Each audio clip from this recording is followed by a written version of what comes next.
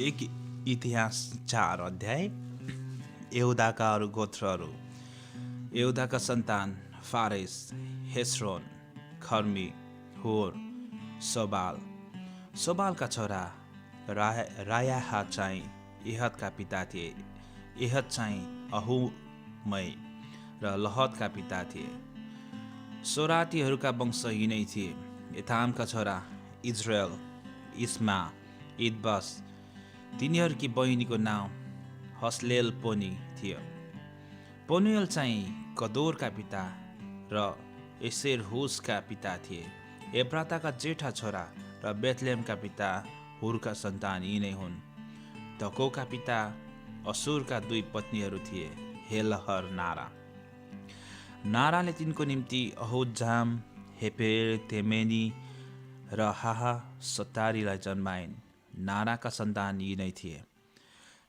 हेलहका छोराहरू सेरेद, सोहोर, एतनान र कोस।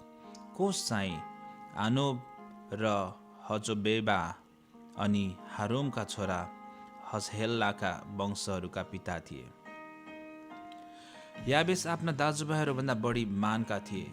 तिनकी आमाले तिनलाई याबेस नाउँ राखेकी थिइन्, किनभने तिनले भनिन्, मैले त्यसलाई वेदनामा जन्माएँ। याबेसले यसो भनेर इजरायलीहरूका परमेश्वरलाई पुकारा गरे, बिन्ती छ, मलाई आशिष दिएर ठुलो इलाका दिनुहोस्।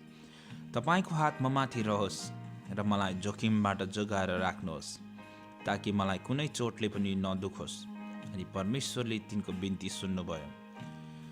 सुहका भाइ कलोब मेरिरका पिता थिए। मेहिर चाहिँ एस्तोनका पिता थिए। एस्तोन चाहिँ बेतपारा, पसेह र तहिन्नाका पिता थिए। तहिन्ना इर नहासका पिता थिए। यिनीहरू रेकाका मानिस थिए। कनजका छोराहरू ओत्निएल र सरायाहा।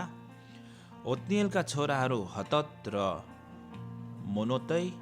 मोनोतै ओप्राताका पिता थिए।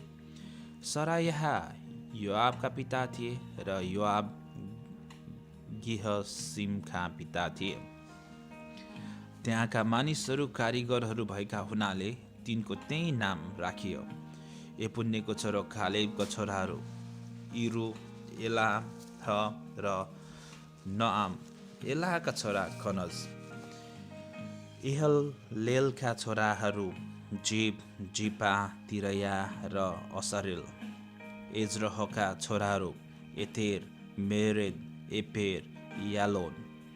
मेरेदले विवाह गरेका फारकी छोरी बित्याहको मिरियम, समय र एतमोका पिता इसबहललाई जन्माइन्। मेरेदकी यहुदी पत्नी चाहिँ गदोरका पिता एरेद, सोखोका पिता हेबेर र जानोहका पिता एकुतिएलकी आमा थिइन्। होदियाकी पत्नी नहमकी बहिनीका छोराहरू गेरेमी किल्लाहका पिता र माकाती एस्तोमो। सिमोनका छोराहरू अम्नोन र रिन्ना, बेन हानान र तिलोन। इसीका छोराहरू जोहेत र बेन जोहेत। यहुदाका छोराहरू सेलहका छोराहरू लेखाका पिता एर, मारेसाका पिता लादा अनि बेत असबेयाकामा मलमलका कपडा बनाउनेहरूको वंशजहरू। योकिम कोजेबाका मानिसहरू अनि योआस र साराब, जसले मोआब र एबुसी लेहेममा राज्य गरे। यो विवरण अति प्राचीन छ। यिनीहरू खुमालेहरू थिए जो नतैम र गदेरामा बस्थे र राजाको निम्ति काम गर्थे। सिमियोनको सन्तान। सिमियोनको सन्तान नमुएल, यामिन, यारिब, जेरह र सौल। सौलका छोरा सल्लोम थिए, जसका छोरा मिसाम थिए, जसको छोरा मिस्मा थिए। मिस्माका सन्तानहरू आफ्नो छोरा हमुएल, तिनका छोरा जकुर, तिनका छोरी मिसी, सिमी। सिमीका 16 भाइ छोरा र 6 बहिनी छोरी थिए, तर तिनका भाइका थोरै छोराछोरी थिए। यसैले तिनीहरूको वंश यहुदाको वंश जत्तिकै धेरै सङ्ख्यामा बढेन। तिनीहरू बेर्सेवा, मोलादा, हसर, सुआल, बिल्हा, एसेम, तोदद, बथुएल, होर्मा, सिगलग, बेत मर्काबोत, हसर सुरिम, बेतबिरी र सारैममा बस्थे। दाउदले शासन नगरुन्जेलसम्म तिनीहरूका सहरहरू यी नै थिए। तिनीहरूका बस्तीहरू एताम, एन, रिकमोन, टोखेन र आसान, जम्मा 5 नगर थिए। र बालातसँगै यी नगरहरूका वरिपरि तिनीहरूका बस्तीहरू थिए। तिनीहरूका बसेका ठाउँहरू यी नै थिए अनि तिनीहरूले वंशावलीको एउटा सूची पनि राखेका थिए।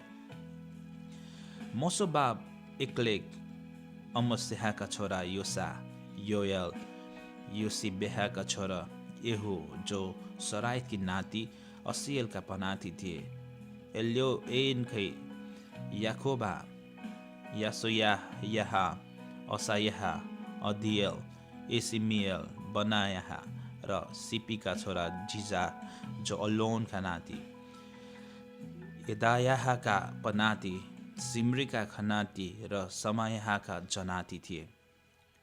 माथि लेखेका मानिसहरू आफ्नो वंशका अगुवाहरू थिए र तिनीहरूका घराना ज्यादै गरी बढे। तिनीहरू आफ्ना बगालहरूका निम्ति खर्क खोज्दै बेसीको पूर्वपट्टि गदोर नेरको ठाउँसम्म गए। तिनीहरूले खुल्ला मैदानको विस्तृत ठाउँमा मलिलो र असल खर्क भेट्टाए। त्यहाँ सबै कुरा शान्त र सुनसान थिए। त्यसका अघि त्यो ठाउँमा हामका कोही मानिसहरू बसेका थिए। यहुदाका राजा हिजकियाको राजकालमा माथि लेखेका व्यक्तिहरूले आएर हामका मानिसहरू र त्यहाँ भेट्टाएका मोनीहरूलाई नाश गरे। तिनीहरूले उनीहरूलाई यसरी विध्वंस पारे कि आजको दिनसम्म पनि उनीहरूको नाउँ निशानै पाइँदैन। अनि तिनीहरूको बगालका लागि खर्क भएकोले तिनीहरूले त्यो देश ओगटे। इसीका छोराहरू पत्याहा, नार्याहा, रपायाहा, ओजियलका नेतृत्वमा 500 जति सिमियोनीहरूको सेयरको पहाडी देशमाथि आक्रमण गरे। तिनीहरूले बाँचेका अमालेकीहरू सबैलाई नष्ट पारे र आजको दिनसम्म तिनीहरू त्यहाँ बसेका छन्।